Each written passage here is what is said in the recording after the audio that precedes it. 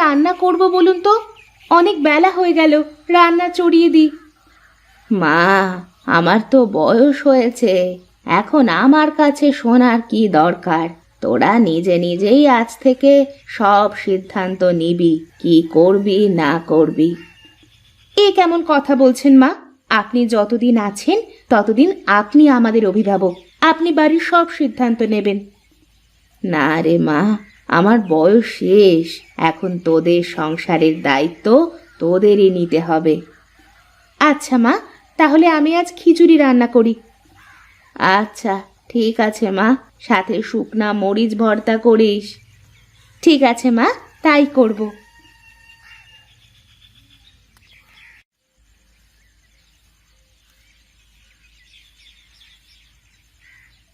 কি রে মালতী, কি করছিস এখানে? রান্না করছি ভাবি। রান্না করছিস তো বুঝলাম, কিন্তু কি রান্না করছিস তাই বল তো। কি আর রান্না করব দিদি, ঘরের সব তরি তরকারি শেষ হয়ে গেছে, তাই খিচুড়ি রান্না করছি। কি খিচুড়ি? তুই কার কাছে শুনে খিচুড়ি রান্না করছিস শুনি? কেন, খিচুড়িতে কি সমস্যা? তুই রান্না করার আগে আমার কাছে একবার শুনে দেখতে পারতি। আমি তো মায়ের কাছে শুনে এসে তারপরে রান্না করতে বসেছি। এরপর থেকে যে কোনো কাজ করার আগে আমার কাছে শুনে নিবি। কেন, আমি তো মায়ের কাছে শুনে তারপরে রান্না করেছি, আর মা যতদিন বেঁচে আছে ততদিন মা তো এ বাড়ির অভিভাবক। তোর এত বড় সাহস, তুই আমার মুখে মুখে কথা বলিস? এখানে সাহসের কি হয়েছে? আমি তো ঠিকই বলেছি।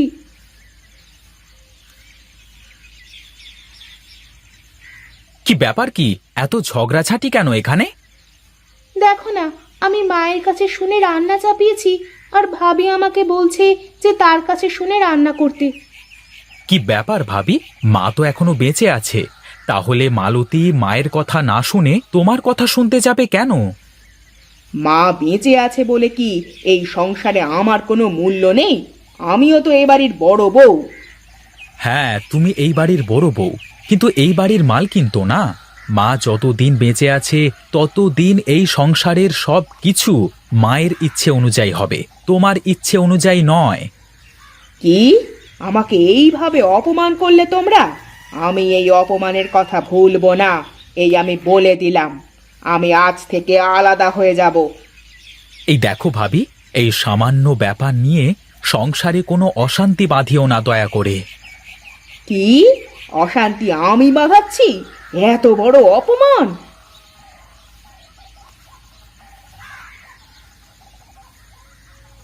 দেখেছো ভাবির ব্যবহার, দেখেছো? প্রতিদিন আমার সাথে এইরকম ব্যবহার করে ভাবি। বাদ দাও তো ভাবির কথা, সে তো অমনি। আমার খুব ক্ষুধা পেয়েছে, আমাকে খেতে দাও। আচ্ছা ঠিক আছে, তুমি ঘরে গিয়ে বসো, আমি খাবার নিয়ে আসছি।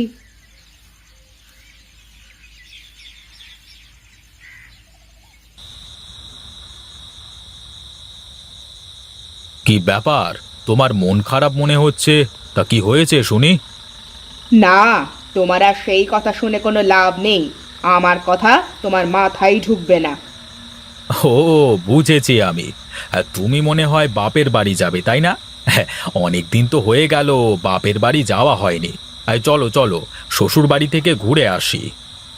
না, আমি কোথাও যাব না। নিজের বাড়িতে সুখ না থাকলে কি আর অন্য কোথাও সুখ খুঁজে পাওয়া যায় নাকি? কেন, বাড়িতে আবার কি হয়েছে যে বাড়িতে সুখ নেই বলছো? কি আবার হবে?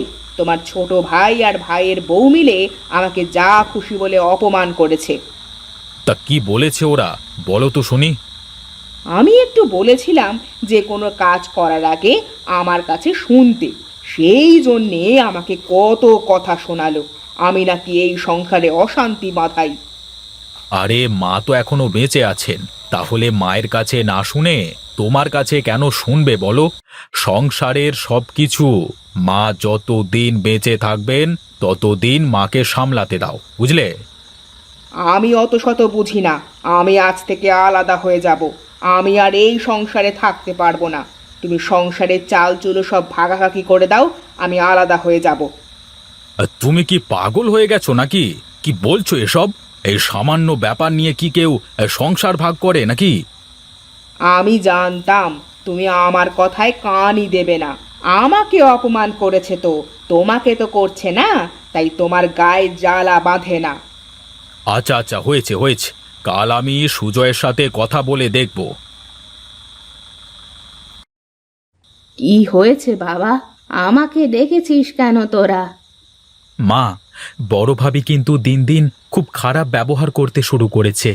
একটু থেকে একটু হলেই আমাকে বলে আলাদা হয়ে যাব, থাকবো না সংসারে। হাতের 5 আঙুল কি আর সমান হয় রে বাবা? বড় বউ একটু খিটখিটে স্বভাবের। সবাই মিলেমিশে থাকাটাই তো সংসারের নিয়ম। শোনো ছোট বৌমা, আমি তোমাকে বলি, সব সময় তুমি একটু ছাড় দিয়ে চলার চেষ্টা করবে, তাহলে দেখবে বড় বউ আর কিছু বলতে পারবে না। না মা, মানুষকে ছাড় দিলে মানুষ আরো মাথায় চেপে বসে, তাই কোনো ছাড় দেওয়া চলবে না। ছাড় দিলে কেউ ছোট হয়ে যায় না রে মা। ছাড় দেওয়া তো অনেক বড় একটা গুণ। এই গুণ সবার ভিতরে থাকে না রে বাবা। আমি কি কম ছাড় দিই নাকি মা? সংসারের সব কাজ প্রায় আমিই করি। বড় ভাবি তো কোনোদিন কোনো কাজ করে না, সে আমাকে তার হাতের পুতুল করে রাখতে চায়। অনেক রাত হয়েছে, এখন তোরা ঘুমা। আমি কাল সকালবেলা এর একটা ব্যবস্থা করে দেব।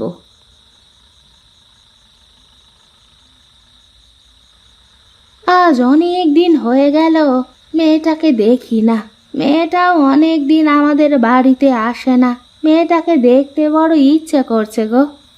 হ্যাঁ, সে তো আমারও করছে গো, কিন্তু মেয়েটা একদিন আসলে তো হতো। আমরা তো অনেক দিন হয়ে গেল মেয়েটার বাড়িতেও যাই না। চলো না, মেয়েটার বাড়ি থেকে একদিন ঘুরে আসি। তা তুমি মন্দ বলনি, একটু যাওয়া আসা না থাকলে আতিথেয়তা থাকে না। আর চলো, কাল বিকেল বেলায় যাই, মেয়েটার বাড়ি থেকে ঘুরে আসি। ঠিক আছে, তাই হোক, চলো কাল যাই। ঠিক আছে, কালকে আমি হাট থেকে বড় দেখে একটা কাতলা আর কিছু মিষ্টি কিনে নিয়ে আসবো। আচ্ছা ঠিক আছে, তাই হোক। এখন ঘুমাও, অনেক রাত হয়ে গেছে। হ্যাঁ, চলো চলো ঘুমাই।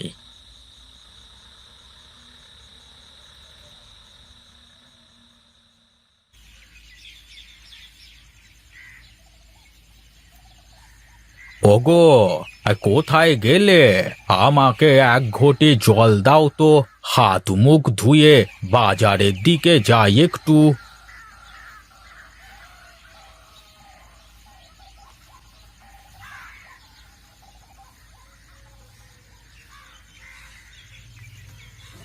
গিন্নি, বাজারের ব্যাগটা দাও তো দেখি, বাজার থেকে ঘুরে আসি।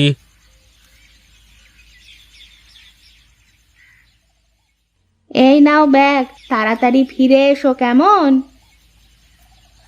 তোমার তো আবার বাজারে গিয়ে চায়ের দোকানে বসে আড্ডা দিতে লাগলে দিন দুনিয়া সব ভুলে যাও। কি আর করব, এই শেষ বয়সে ওখানেই একটু শান্তি মেলে। সব বুড়ো মিলে পুরনো স্মৃতিগুলো একটু ঝালাই করি। তা সব ঠিক আছে, তবে আজ তোমার ঝালাই বাদ দিয়ে তাড়াতাড়ি বাড়ি চলে এসো না গো, মেয়ের বাড়িতে যেতে হবে তো। হ্যাঁ, তুমি সব গুছিয়ে রাখো, আমি বাজার থেকে ফিরে এসেই চলে যাব। আচ্ছা ঠিক আছে, তাই হবে, তুমি এসো।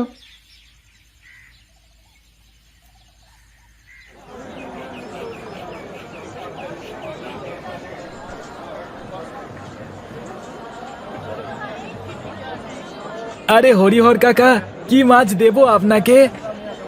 দে দে, বড় দেখে আমাকে একটা কাতলা মাছ দে দেখি। মেয়ের বাড়িতে যেতে হবে, বুঝলি তো। হ্যাঁ আচ্ছা কাকা, এই নাও, এই বড় মাছটা নিয়ে যাও, খুব ভালো হবে। এই পাশের গ্রামের বিলের মাছ। আচ্ছা আচ্ছা, দে দে। এই নাও টাকা, আমি মিষ্টির দোকানে যাই।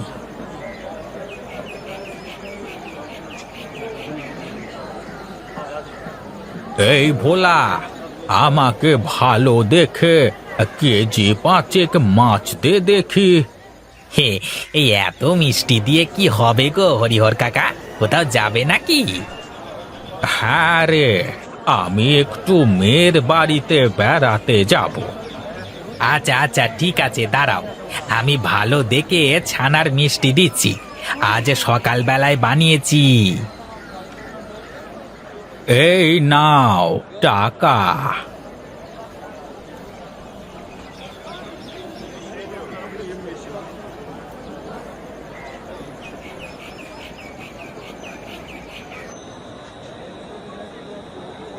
কি ব্যাপার কাকা বাবু, কোথায় চললে?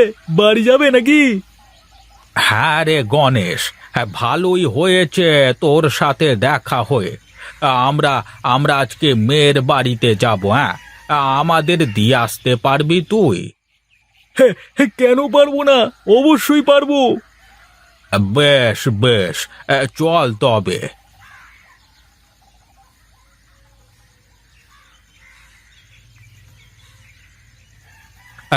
তুই এই জায়গায় দাঁড়া, আমি আসছি তোর কাকিকে ডেকে নিয়ে। কোথায় গো?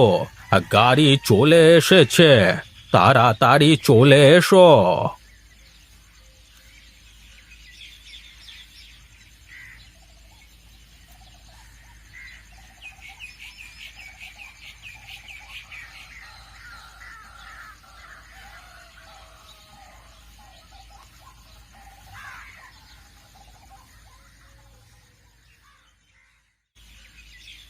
মা, বাবা, তোমরা কতদিন পর আসলে আমাদের বাড়িতে। আমি ভাবছিলাম আমি যাব বেড়াতে। এসো, ভেতরে এসো। হ্যাঁ রে মা, তোকে দেখতে বড় ইচ্ছে হচ্ছিল, তাই চলে আসলাম। ভালোই করেছো, এসো ভেতরে গিয়ে বসো।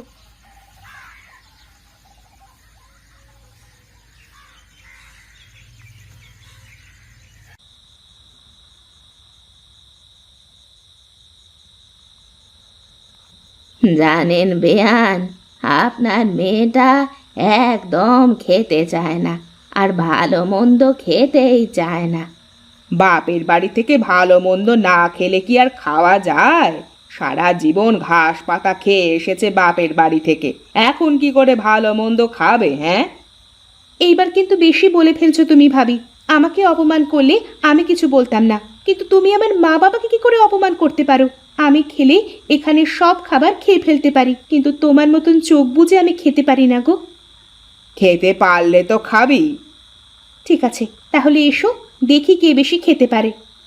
ঠিক আছে, আজ যদি আমি বেশি খেতে পারি, তাহলে আজ থেকে তুই আমার কথা মতো চলবি, বুঝলি? আর যদি আমি জিতি, তাহলে তুমি আমার কথা মতো চলবে। আচ্ছা ঠিক আছে, তাই হোক। তোরা কি লাগালি বলতো? থাম, তোরা থাম। ওদেরকে এই প্রতিযোগিতা করতে দিন বেয়ান, তাহলে দুই বউয়ের ঝগড়া যদি থামে।